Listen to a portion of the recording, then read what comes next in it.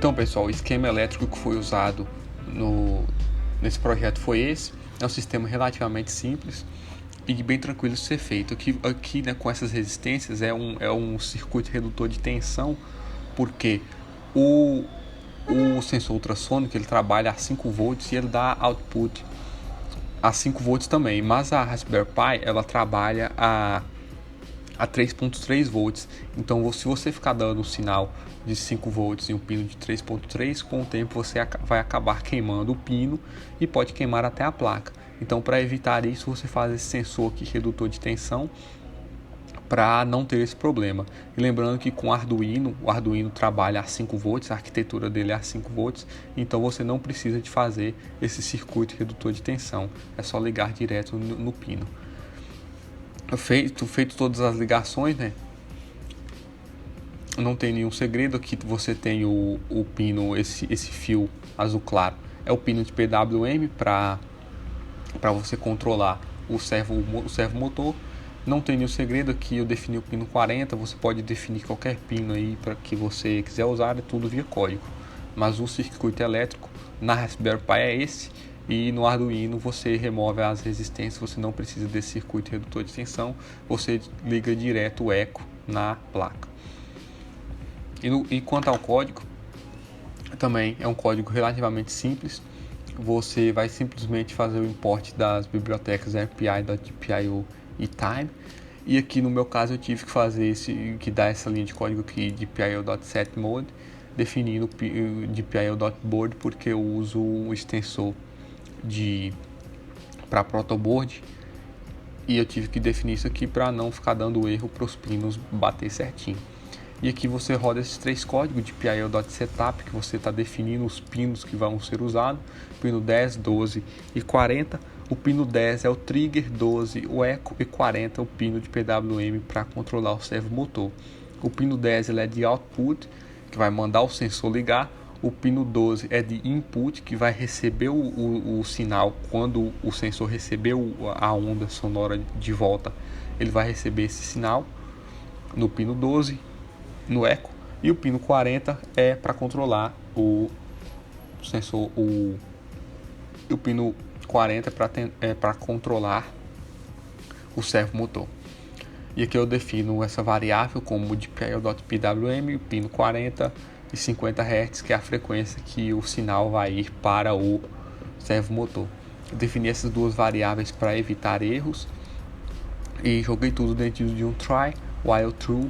E aqui é o código principal, aqui é onde você vai fazer todos os cálculos. Aqui você define, você manda, né, o pino 10 desligar, o GPIO.output, pino 10 desligado, que é o trigger, e depois você espera 0.1 segundos e depois liga esse pino, espera 0.00001 segundos e depois desliga o pino. Então você começa o código com o pino desligado, liga por esse minúsculo intervalo de tempo e depois desliga rapidamente. E nesse intervalo de tempo ele vai ligar o sensor e receber o sinal de volta e desligar. E esses dois whiles aqui é onde as variáveis T-in e T-stop, tempo de início, tempo de parada, vão receber os sinais, e com esses sinais aqui você faz a conta aqui embaixo. Aqui, enquanto o pino 12, que é o eco, o pino que recebe os dados, estiver desligado, o tempo de início vai receber time.time e vai começar a contar o tempo. Então, enquanto ele estiver desligado, que você está definindo aqui, enquanto ele estiver desligado, enquanto ele ligar e não receber nenhum sinal de volta, o time.time ele vai começar a contar o tempo. E quando ele receber um sinal, que ele ligar, receber o sinal positivo, né, ele recebeu algum sinal e deu no pino e ligar, essa variável tempo stop vai receber o tempo que já estava decorrendo, vai receber esse valor. E com esses dois tempos aqui, o tempo de início e o tempo de stop, você faz uma variável qualquer, tempo stop menos tempo inicial, e aí você vai ter o tempo decorrido que o sensor recebeu o sinal, né, que o sensor ficou ligado, funcionando. E aí você vai calcular a distância, que é o tempo decorrido, o tempo que o sinal foi e voltou, vezes 34.000 que é a distância que o som percorre em centímetros, e divide por 2 porque o sinal foi e voltou, e aí você vai ter a distância bem precisa do objeto que está na frente do sensor ultrassônico.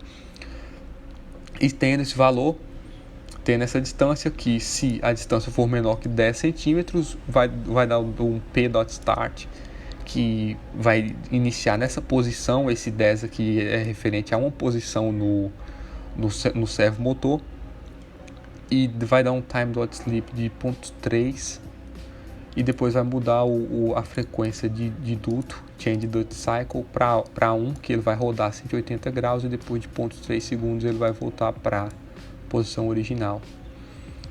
E depois disso ele vai ficar rodando infinitamente, porque por causa do while true, ele vai ficar rodando e executando o código infinitamente até o processo separado pelo keyboard, pelo teclado, e aí então vai limpar a GPIO para ficar pronto para rodar outros códigos.